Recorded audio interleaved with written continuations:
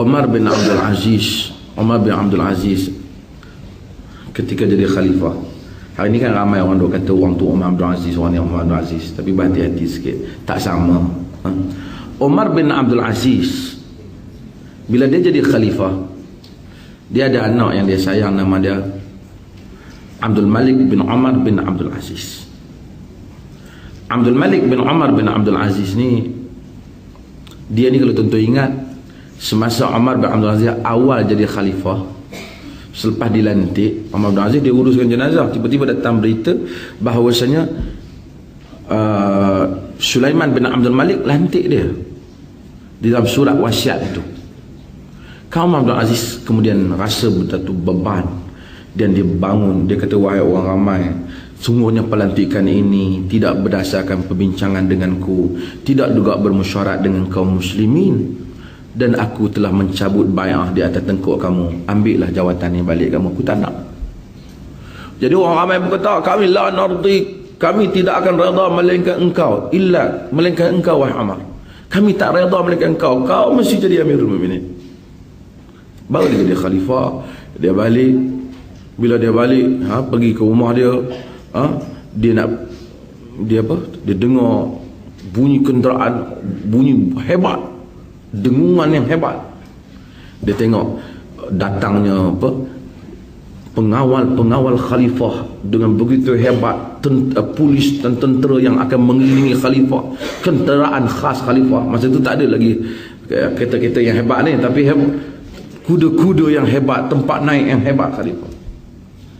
Kata Umar bin Aziz, mali wali hadha, amda yang kemudian Umari ni, dia kata ini kenderaan khalifah. Aku salah seorang daripada lelaki di kalangan kaum muslimin, bawa balik benda ni pulang ke Baitul Mal. Kamu semua ni, kalau tentera-tentera kamu mau kerja terus dengan kerajaan. Kalau kamu tak balik cuti pun, duduk di rumah, silakan. Aku berjalan sebagai orang biasa. Awak marilah, baral aku balik, aku nak naik. Dia balik, dia rehat. Bila dia rehat, dia letih, dia uruskan jenazah Sulaiman bin Abdul Malik, jenazah khalifah. Anak dia, kena ingat, anak dia inilah yang menyebut kepada dia, engkau kemana ayah nak pergi? Ayah kau nak tidur wahai anakku, letih ayah kau. Dia kata, mengapa ayah tidak memulakan untuk mengembalikan semula hak-hak orang yang dizalimi? Dia kata, berilah peluang ayahmu rehat wahai anakku. Dia tahu, wahai ayah, siapa yang akan menjamin ayah untuk terus hidup selepas daripada ini? Dan apabila hak ini dituntut di sisi Allah Azza wa Jalla.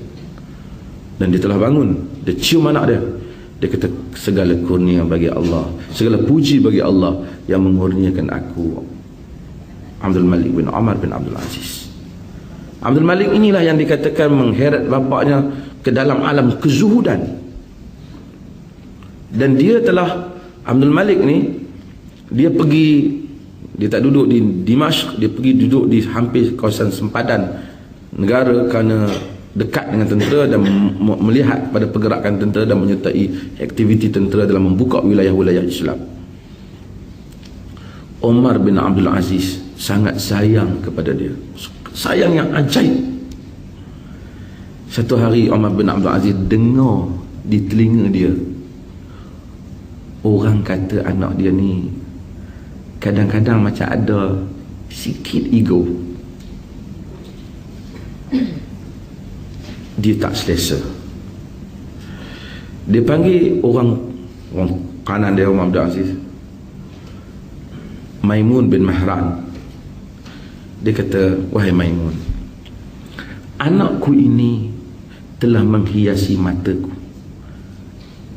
Maksudnya segala-galanya indah dia padaku. Aku bimbang kecintaanku padanya menyebabkan aku tidak dapat melihat kecacatannya. Maka oleh kerana itu, engkau pergilah berjumpa dengan dia. Orang kata dia ada sikit sombong.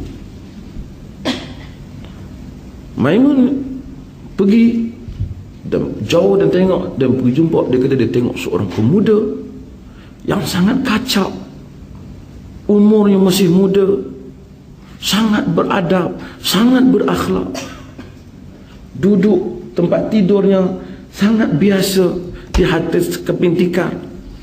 Dengan ada makanan, lalu dia mula bertanya, kau ambil makanan daripada mana setiap hari?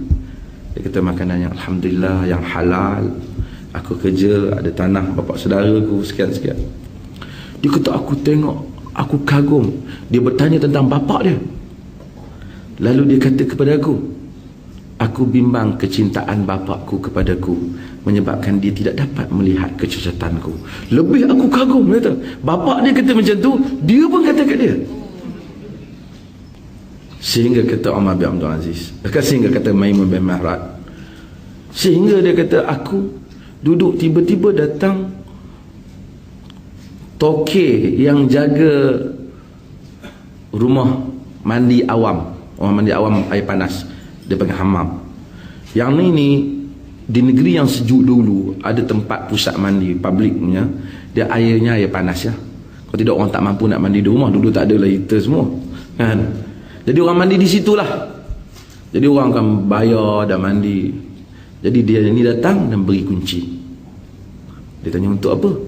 Dia kata, untuk saya pergi mandi. Orang yang toke tu pula kata, oh, aku dah keluar dah, orang ramai semua dah keluar dah, kau pergi mandi. Kata Maimun, aku sangat mengagumi kau sehingga tadi, sehinggalah aku melihat perkara ini. Dia tanya Maimun, apa dosa aku? Pasal apa kau keluarkan orang ramai untuk kau mandi? Kau sombong kan? Dia kata, saya tidak sombong, tetapi dia kata, saya dah bayar kepada tuan tu dengan kadar mereka semua. Oh, kau membazir, kenapa kau tak mau dengan dia orang? Dia kata, tak, saya tidak membazir, tetapi mereka ni orang kampung, orang biasa.